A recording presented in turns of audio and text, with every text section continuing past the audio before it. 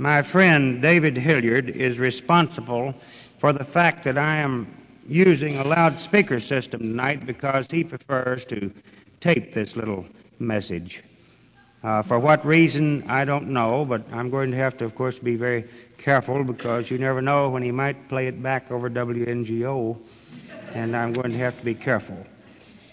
I appreciate the interest of Ed Brown, and you don't know what I mean until this time next year, and then you'll know. And that's all I can say. I'm not going to go into it any further. I have been referred to this week as the man who will be entering his labor of love come Wednesday night. And that's true. I suppose you have to say this is my labor of love. It's certainly not a labor for money because I don't get anything out of it. A few years ago, in fact 13 years ago to be exact, I came here to Mayfield High School first to do a dramatic production for the seniors. I knew none of them, and I had to come and meet with them as a totally strange group. I was not known to them, and I did not know anything about them at all. And they paid me $150 for doing the show, so counting this my 10th year, Mayfield High School now owes me $1,500. And I get a big kick out of it all. I enjoy it. It runs a lot deeper than just money. So I'm well paid. I'm very well paid indeed in what I get out of you people each year who come here. I have had some experience in the field. I want to mention that as honestly, fairly, and modestly as I know how. And I always make the statement that if you do not think I am a good director now, I hope you will when it's all over. I have appeared in some 35 to 50 productions in my lifetime, directed, appeared, or produced in some way. The presence of the one tonight thrills me. I appreciate it. I would hope that there would be many others tonight scattered all over this globe who are with me in thought.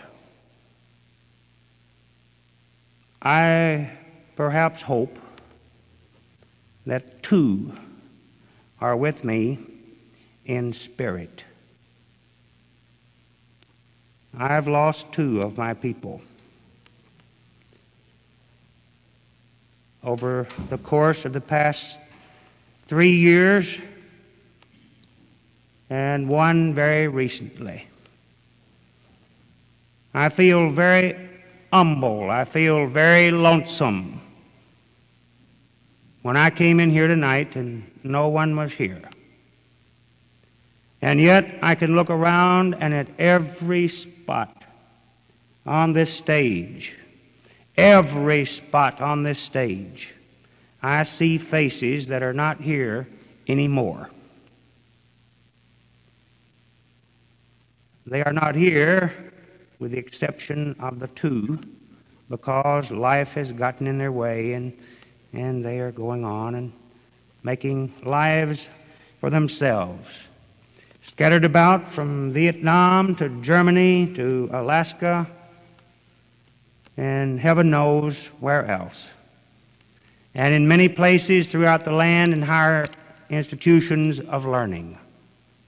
I can call you names of people and could sit here all night and mention people with whom I have worked who are successful people now and who will be extremely successful people in the future.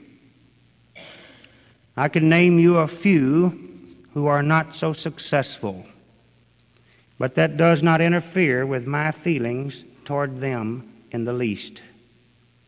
Because I'll make this statement now, and I'll make it several times later, that those who are lucky enough to be a part of this work will become a part of me.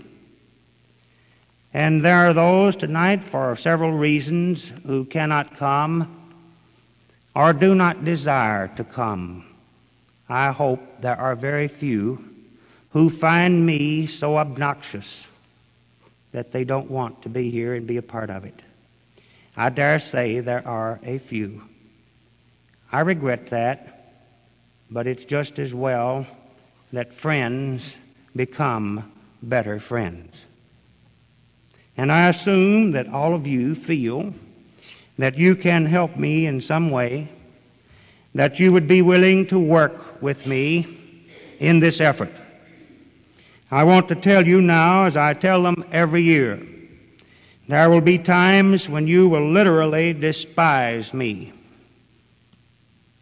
I do not intentionally make it so, but I am reaching for a goal.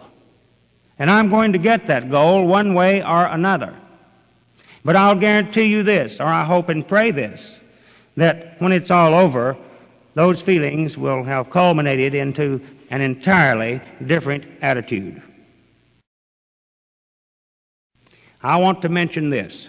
I would hope that these people that are selected by me, and those of you who want to work, will treat me with enough respect so that you won't have to go out and gun the thing or knock down telephone poles or get traffic tickets and what have you pulling out through town. Now, true, you've got to go get carbonated. I hope that's all. Yes, I've had some of that too.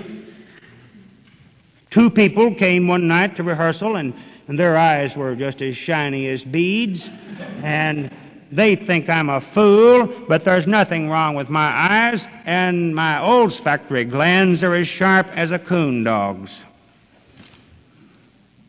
I never said anything about it. They were in fairly good condition, so I went right on about my business, and finally the next night I said I would appreciate it if you'd keep the cork on. And they just looked like that, and they kept the cork on, and that's that.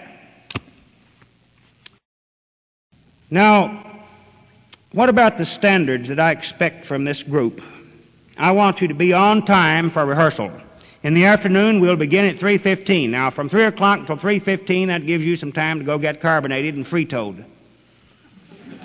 And then get in here at 3:15 if we're going to have afternoon rehearsal. We'll rehearse till about 5:30, go home, come back at 6:30, and stay till 9. And that'll be every night.